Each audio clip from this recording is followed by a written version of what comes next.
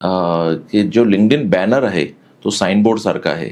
Okay. तो एक great opportunity आहे आपल्या HR ला किंवा कॉर्पोरेट कंपनीला इम्प्रेस करण्यासाठी. ते एक चांगला क्रिएटिव्ह असलं पाहिजे.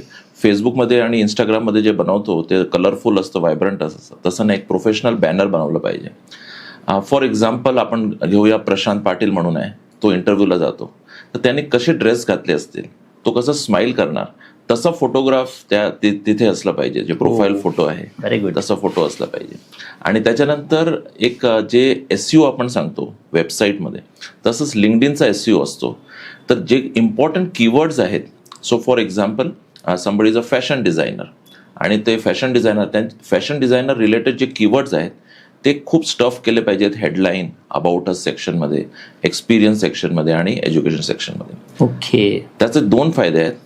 एक, लिंक्डइनला कळतं, लिंक्डइन अल्गोरिदमला कळतं की एक्झॅक्टली तुम्ही काय करता.